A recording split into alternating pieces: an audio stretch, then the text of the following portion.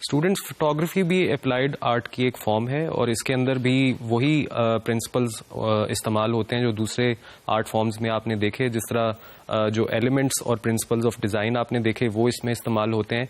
फिर उसके बाद जो इम्पॉर्टेंट फीचर्स हैं जो फोटोग्राफी के लिए एक्सक्लूसिव हैं उसमें सबसे इम्पॉर्टेंट ये होता है कि एक फोटोग्राफर जो है वो लाइट को कैप्चर करता है और उसने डिफरेंट टेक्निक्स जो उस इंडस्ट्री की इन्वॉल्व होती हैं उसमें, जिस तरह फोकस है वो एक इम्पॉर्टेंट रोल प्ले करता है। एक आर्टिस्ट किस तरह से विजुअलाइज करता है एक कॉम्पोजिशन को, वो एक इम्पॉर्टेंट रोल प्ले करता है।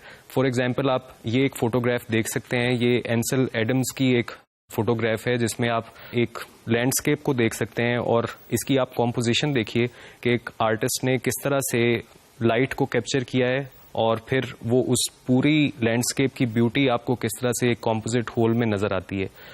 फोटोग्राफी की बहुत सारी टाइप्स हैं जो डेवलप हुई टाइम के साथ साथ। इनिशियली जो कैमरा ऑब्सक्यूरा था ये 15वीं सेंचुरी में इन्वेंट किया गया था और पेंटर्स इससे हेल्प लेते हुए पेंटिंग करते थे। वो एक बेसिक डिज़ाइन था जो आप इस तस्वीर में देख सकते हैं कि एक बॉक्स के अंदर एक होल है जहां से लाइट अंदर एंटर होती है और आगे आप एक मिरर देख सकते हैं जो एक प्लेट के ऊपर उसकी प्रोजेक्शन करता है इमेज की। ये एक बेसिक कैमरा का मॉडल था। फिर उसके बाद फिर ये आर्ट डेवलप होता है जो इमेज को कैप्चर करने का आर्ट है और उसमें प्लेट फोटोग्राफी डेवलप होती है। उसके बाद फिल्म फोटोग्राफी डेवलप होती है।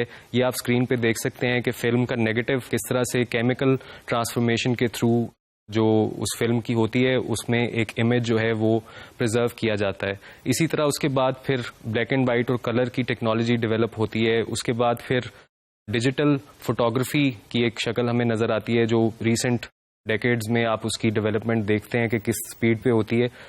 उसमें मुख्तलिफ तरह की इमेजेस आप देख सकते हैं। फॉर एग्जांपल ये एक सिंथेसिस फोटोग्राफी की एग्जांपल है जहां पे एब्स्ट्रैक्ट एलिमेंट्स हैं जो कि कंप्यूटर एडेड हैं, उनको एक रियल पिक्चर के साथ मर्ज किया जाता है। आप इस कार को देख सकते हैं और इसकी जो अम्ब्रेला इसके ऊपर डिज़ाइन की गई है ये बिल्कुल कंप्यूटर पे ग्राफिक डिज़ाइनर ने डेवलप किया है इसको और इनको कंबाइन किया है। इसको हम सिंथेसिस फोटोग्राफी कहते हैं। उसके बाद रिसेंटली एक और टेक्नोलॉजी डेवलप हुई है जिसको लाइट फील्ड फोटोग्राफी कहा जाता है और उसमें एक फोटोग्राफर जो है उसके पास ये ऑप्शन होता है कि वो फोकस को तस्वीर उतारने के बाद भी एडजस्ट कर सकता है। ये आप एग्जाम्पल देख सकते हैं कि जिसमें जो इनिशियल फोकस है वो और तरह से है लेकिन बाद में पोस्ट प्रोडक्शन में वो आर्टिस्ट के पास ये एबिलिटी है कि वो लाइट की मेजर को चेंज करते हुए उसका फोकस ऑल्टर कर सकता है।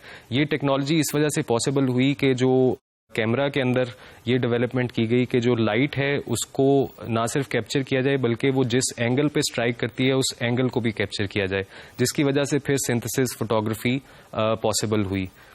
उसके बाद आप ये एग्जाम्पल देखिए, ये एक मॉडर्न 3D फोटोग्राफ है जिसमें जो विजुअल फील्ड है उसके साथ प्ले किया जाता है कि जो स्टीरियोस्कोपिक इमेज इसको कहा जाता है कि अगर आप इसको एक सर्टेन इक्विपमेंट के साथ देखें तो आपको इसके अंदर एक विजुअल डेप्थ नजर आती है जो अदरवाइज आप नेकेड आई से नहीं देख सकते। इसके लिए 3D ग्लासेस होते हैं जिनको आप लगा के तो क्लियरली देख सकते हैं कि इसके अंदर किस तरह से आर्टिस्ट ने विजुअल डेप्थ क्रिएट की है।